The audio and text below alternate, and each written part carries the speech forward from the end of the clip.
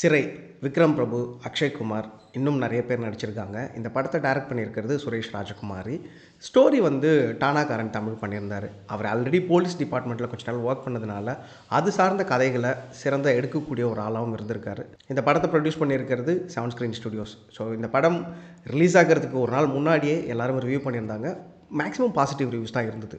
So இப்போ தான் நம்ம இந்த படம் பார்த்துருக்கோம். இந்த படம் எங்களுக்கு ஒர்க் அவுட் ஆகிருந்ததா இல்லையாங்கிறத பார்க்கலாம்.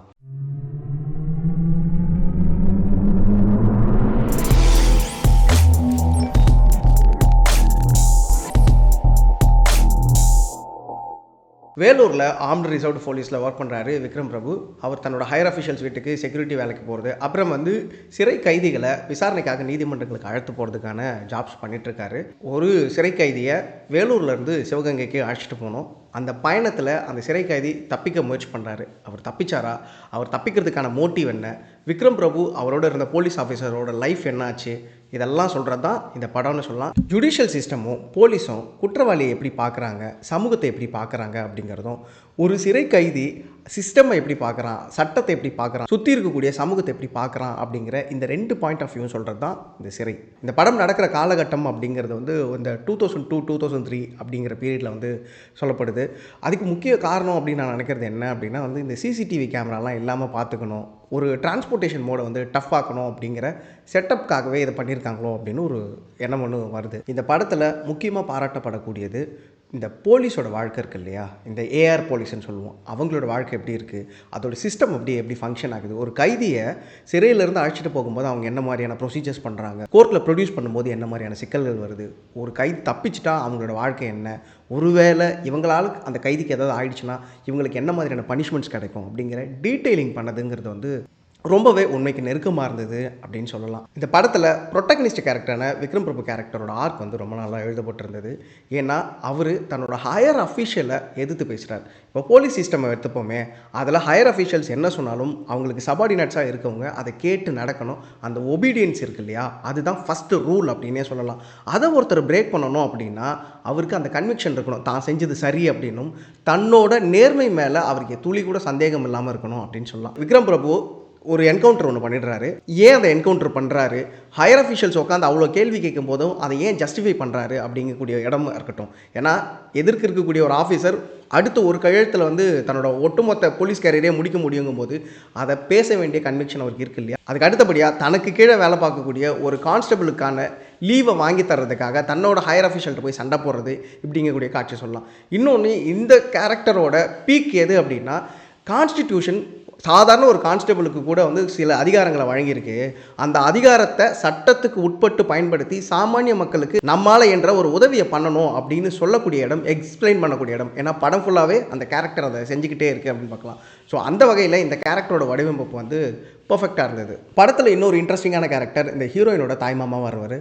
குடி எந்த அளவுக்கு ஒரு குடும்பத்தை பாதிக்கும், எப்படியான பிரச்சனைகளெல்லாம் அந்த வீட்டுக்குள்ளே கொண்டு வந்து சேர்க்கும் அப்படிங்கிறதுக்கு உதாரணமாக அந்த கேரக்டர் எழுதப்பட்டிருக்கும். யூஸ்வலாக ஒரு குடும்பத்துக்குள்ளே ஒரு குழந்தை இல்லை அப்படின்னா பெரும்பாலும் அது பெண்கள் சார்ந்த பிரச்சனையாக தான் இருக்கும் அப்படின்னு சொல்லுவாங்க. பட் ஒரு குடியால் ஒரு ஆணுக்கு ஏற்படக்கூடிய இம்பார்ட்டன்ஸி, அப்படியான ஒரு சிக்கல் தனக்கு இருக்குன்னு உணர்ந்தவன் அதை வேறு வழிகளில் வந்து வன்முறையாக தன் குடும்பத்துக்குள்ளே நிகழ்த்தி காட்டுறது அப்படின்னு அந்த கேரக்டர் வந்து காமிச்சிருப்பாங்க.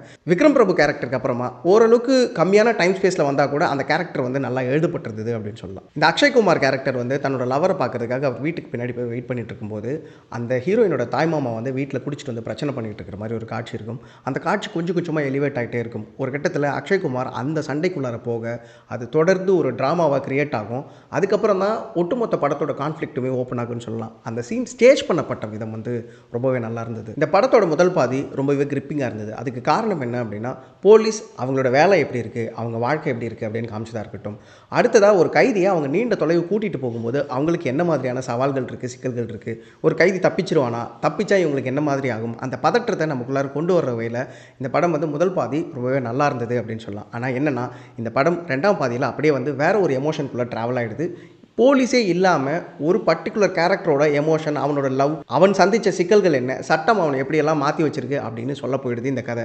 இந்த இனிஷியலாக இந்த படம் நான் எப்படி யோசிச்சு போனேன் அப்படின்னா, போலீஸ்காரங்க அவங்க கிட்ட சிக்கிக்கிற ஒரு கைதி, அதன் மூலமாக அவங்க மூலமாக அந்த கதை ஓப்பன் ஆகும் அப்படின்னு. பட் இது என்னென்னா, ஒரு லவ் ஸ்டோரி, ஒரு சமூக பிரச்சனைக்கு மேலே போலீஸை அங்கே கொஞ்சமாக வந்து ஃபிட் பண்ணியிருக்காங்க அப்படின்னு தான் தோணுது. அதனாலேயே இந்த படம் வந்து எங்கேயோ ஒரு இடத்துல வந்து மிஸ் ஆயிடுச்சோ இல்லை முழுமையடையாமல் போயிடுச்சோ அப்படின்னு. படத்தில் விக்ரம் பிரபுவோட கேரக்டர் ஆர்க் வந்து எந்த அளவுக்கு நல்லா எழுதப்பட்டிருந்ததோ அதுக்கு ஆப்போசிட்டாக இன்னும் மற்ற 2 லீடோட கேரக்டர் எழுதப்பட்டிருக்கு அப்படின்னு சொல்லலாம்.